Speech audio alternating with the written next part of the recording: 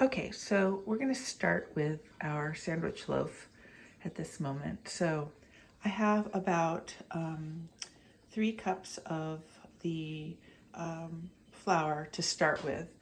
I'm going to be using a mixer, but you can just do this by hand. It's easy to do by hand. I'm putting in 3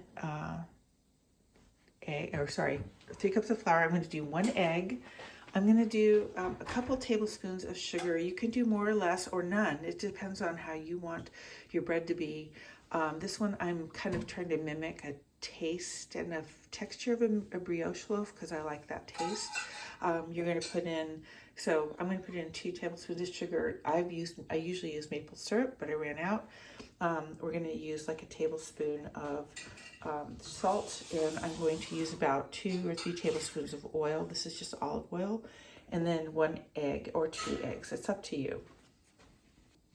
So there we've got inside of our bowl our flour, our salt, sugar, oil, the egg. And here we have the rest of the starter. Now your starter amounts are going to vary. When you do a smaller loaf, a smaller amount, we did a large amount to get extra starter. It's going to be a bit less, but we're going to take and use all of this. We're going to add all of this to this bowl. The mixture is going to be very wet to start. Now when you first mix the mixture, it's going to look a little rough like this. It's going to have to come together a lot, but I wanted to take a moment to just show you what this looks like. I'm going to run it through. I would just mix it up a little bit more. If it's still kind of wet, you want it to be starting to come away from the sides on its own and just to get to a point where you can easily work with it and knead it like a regular thing of bread. And then you've got this empty bowl that you've been using. You don't have to clean it out. If you don't want to, you can. But then what you're going to be doing is you're going to be pouring oil in there, because then when you're done working this, for probably about 10 minutes, if you're hand kneading, maybe 15, then it's going to go in here, and it's going to sit for about an hour and 50 minutes, 2 hours, depending on if you get a nice double rise.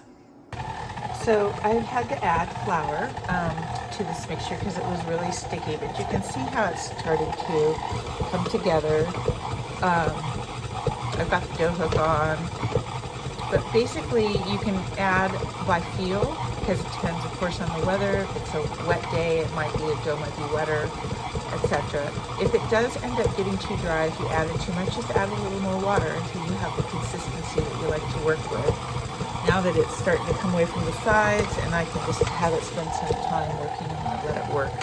I'm probably going to be adding a little more flour to this. The sandwich loaf is a bit drier than the rustic loaf, the stretch and pull method loaf. But I like to get this working so at least you can start to see strands and you know the gluten's working.